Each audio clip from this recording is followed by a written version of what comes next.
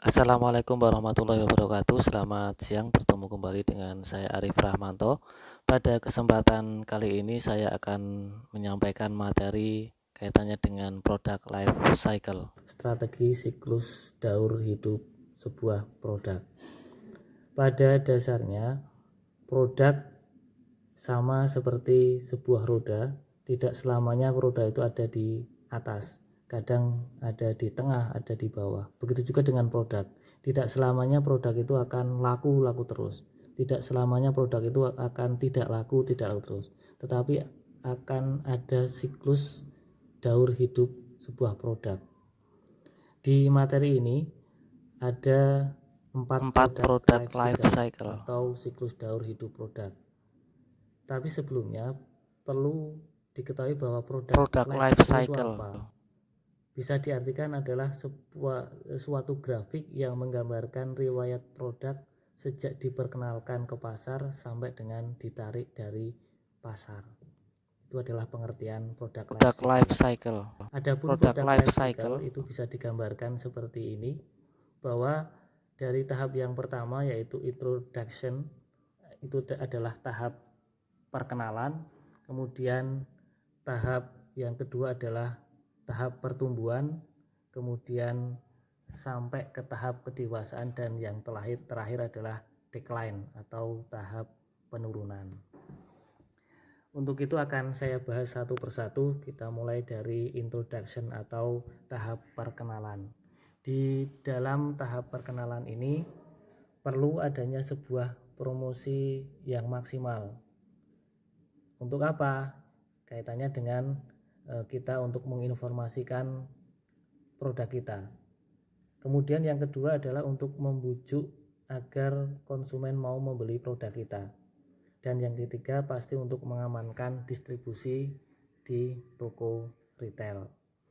Di tahap perkenalan ini tentunya nanti dalam menetapkan sebuah strategi harga, perusahaan akan memperhitungkan tentang biaya, kaitannya dengan biaya promosi dan sebagainya. Karena di dalam tahap introduction, tahap perkenalan itu tentunya membutuhkan biaya yang sangat tinggi. Salah satunya adalah untuk biaya memperkenalkan produk, yaitu dengan promosi.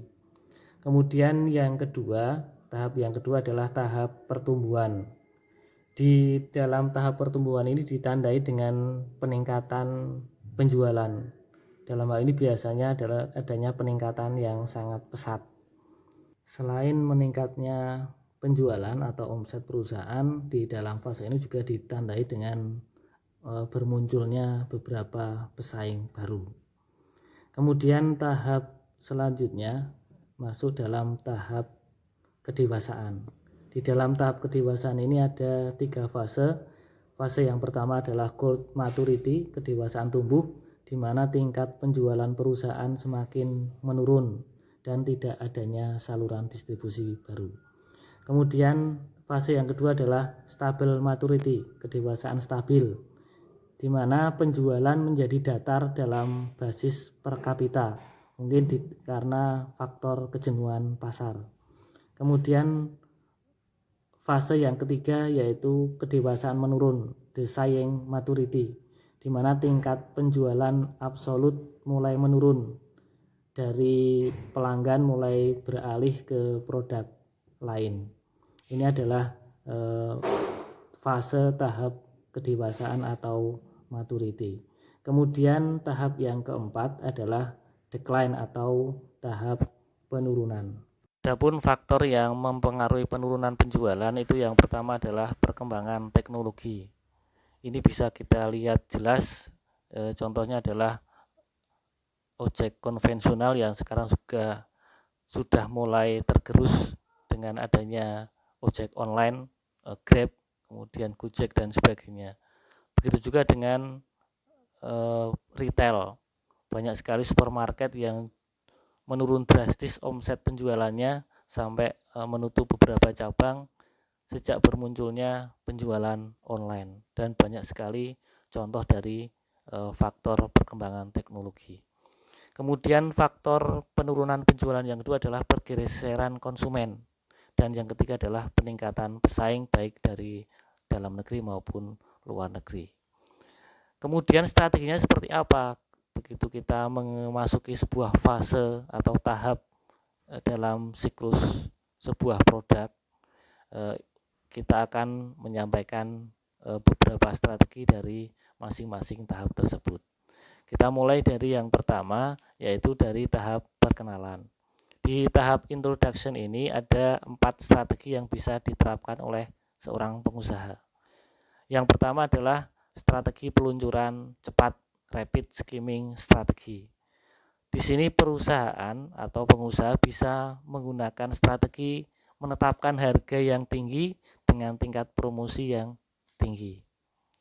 Yang kedua, perusahaan bisa menggunakan strategi peluncuran lambat, slow. Strategi ini bisa dengan cara menetapkan harga yang tinggi tetapi dengan promosi yang rendah. Kemudian yang ketiga adalah strategi penetrasi cepat, rapid penetration strategy. Di sini perusahaan bisa menggunakan strategi menetapkan harga yang rendah tetapi dengan biaya promosi yang besar.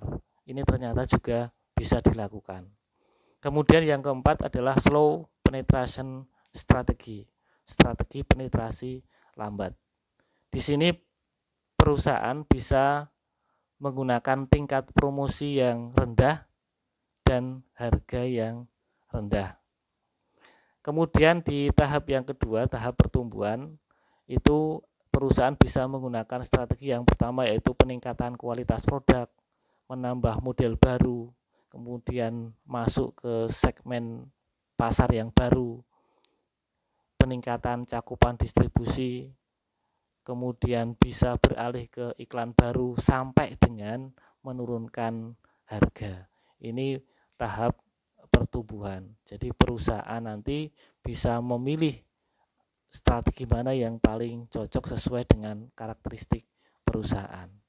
Kemudian tahap yang ketiga, begitu perusahaan masuk dalam tahap kedewasaan, perusahaan bisa menggunakan berbagai strategi. Yang pertama adalah meninggalkan produk yang kurang kuat. Jika perusahaan membuat banyak produk atau beberapa produk, segera tinggalkan produk yang kurang kuat.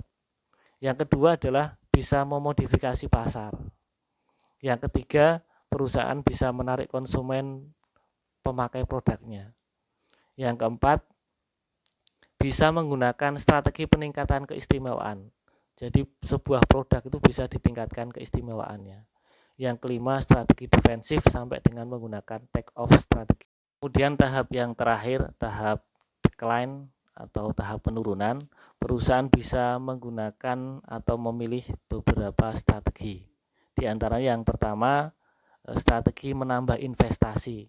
Tentunya tujuannya adalah agar perusahaan itu bisa menempati posisi persaingan yang lebih baik. Kemudian yang kedua, strategi yang kedua yaitu mengubah produk. Jadi perusahaan bisa mengubah produk atau bisa mengganti produk yang tentunya sesuai dengan kebutuhan pasar. Kemudian yang ketiga, strategi yang ketiga, perusahaan bisa mencari pasar baru. Yang tadinya pasarnya hanya anak-anak bisa mencari pasar baru, pasar misalkan orang tua atau ABG dan sebagainya. Kemudian yang keempat, strategi yang keempat yaitu perusahaan bisa tetap pada tingkat investasi perusahaan, tentunya menunggu kondisi lebih aman.